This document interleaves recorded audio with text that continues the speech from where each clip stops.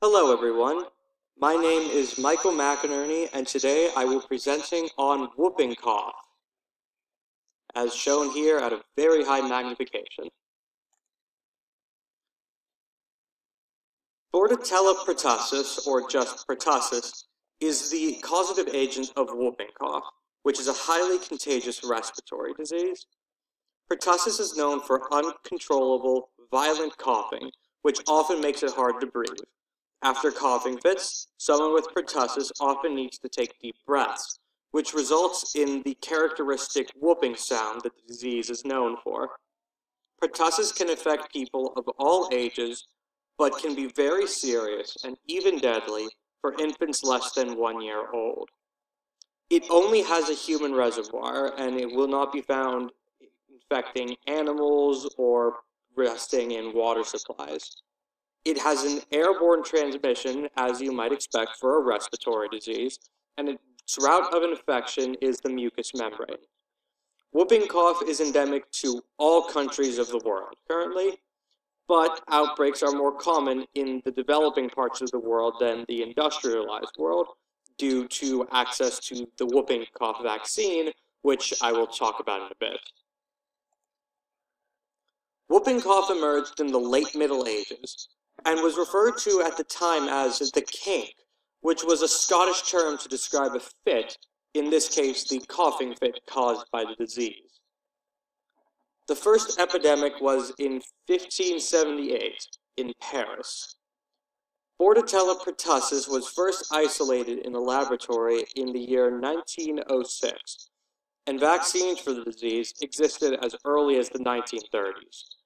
Currently, and data is as of 2016, there are 24.1 million cases of pertussis per year, and roughly 160,000 of those are fatal. And as mentioned earlier, whooping cough is endemic to all countries on Earth.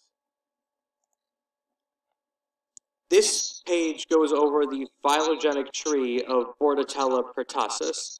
It is a bacteria and a prokaryote, which means that antibiotics can serve as an effective treatment for the disease once it is already contracted. Interestingly enough, this order of bacteria, there's another bacteria in this order that causes a respiratory infection that's quite common in dogs, and again can cause serious problems for them. When someone first is infected by the disease, there is a period of latency for roughly 1 week to a week and a half.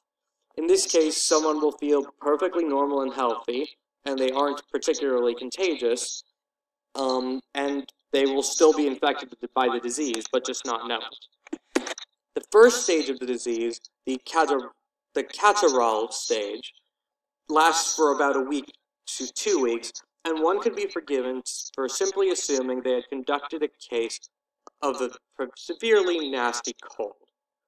Symptoms include a runny nose, low-grade fever, and a mild occasional cough. Even though this might not seem too bad as far as symptoms goes, and aren't debilitating it's not debilitating in of itself, at this stage, whooping cough is highly contagious, which can lead to outbreaks spreading relatively quickly. It is in the second stage of the disease, after a week to 2 weeks, that the paroxysmal stage begins, and this is when a lot of the hallmark characteristics of whooping cough start to emerge. Symptoms include fits of numerous rapid coughs followed by the characteristic whoop sound. And also, vomiting and exhaustion typically follows after these coughing fits. This disease lasts for a long time, and as such has gained the nickname the 100-day cough in China simply because of its length. The third stage of the disease is the convalescent stage, and this lasts for about 2 to 3 weeks. Recovery is gradual, coughing lessens, but fits of coughing may return. Even if someone is recovering from the disease, however, that doesn't mean the damage it's done just has gone away. Because this wreaks havoc on your respiratory system, it leaves you more vulnerable to infections from other respiratory diseases, which will be made all the more severe if they're contracted at the same time as you contracted whooping cough. Anyone can contract whooping cough, people of any age, but as touched upon briefly earlier, infants are the most at risk. Half of infants who are infected need to be hospitalized, and out of that 50% that need to be hospitalized, 23 get pneumonia, over 1% will have convulsions, 61% will have apnea, 0.3 will have encephalopathy, and 1% of them will die. Apnea is simply the inability to breathe while sleeping. And this is characteristic in infants because their respiratory tracts are much smaller than those of an adult or even a young child, where an adult's throat swelling up and constricting their breath partially, while dangerous, is not immediately life-threatening. An infant's respiratory tract will just shut and will asphyxiate them. In this image, that's what these tubes are for. They're to ensure the infant can continue to breathe. Luckily, however, a vaccine for whooping cough exists. Several of them exist, in fact, and all of them are combination vaccines. You'll have to follow me a bit here because it's easy to confuse what vaccine does what. The first vaccine is the DTaP vaccine, which stands for the diphtheria, tetanus, and pertussis vaccine. This is administered 5 times over the course of infancy, or at least that's what the CDC recommends for it to be administered. This treatment begins at around the 2nd week after birth and should taper off at around the 18th month.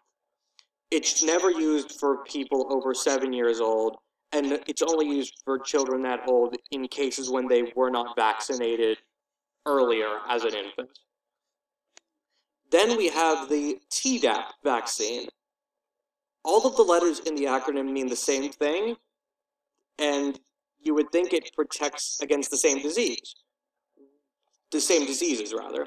And it does, but it serves a slightly different purpose. This vaccine is administered once, typically around the age of 11 or 12, and it provides lifelong immunity against pertussis, or whooping cough. Women are expected and encouraged to get an additional dose of the vaccine for every pregnancy they have, to which will transfer some of their immunity to their newborn child. This is especially vital precisely because newborn infants are so vulnerable to whooping cough. Both of these vaccines also protect, in addition to protecting against whooping cough, protect against tetanus and diphtheria. A booster vaccine, TD, is recommended to be received once every 10 years, but this booster only gives extra protection for tetanus and diphtheria. And once you receive the Tdap vaccine, that's all the protection against pertussis you will need for your entire life. The booster is only relevant for tetanus and diphtheria. You would also receive this booster if you come in contact with tetanus and diphtheria, just as an extra safety measure if you contract, even if you've already gotten the booster. So you stab yourself with a rusty nail accidentally, you're getting this vaccine. This map shows all the countries and their rate of vaccination. As you can see, industrialized nations have incredibly high rates of vaccination, while nations in the third world and developing countries have less rates of vaccination. However, this pattern isn't perfectly consistent. India, which has a lot of incredibly poor areas, still has a relatively high rate of vaccination. North Korea has one of the higher rates of vaccination in the world, which is surprising, but good for them. But even still, the pattern is still quite clear to recognize that more prosperous nations have more access to the vaccine than more impoverished ones that are still developing. And here's a list of my sources. Thank you for watching.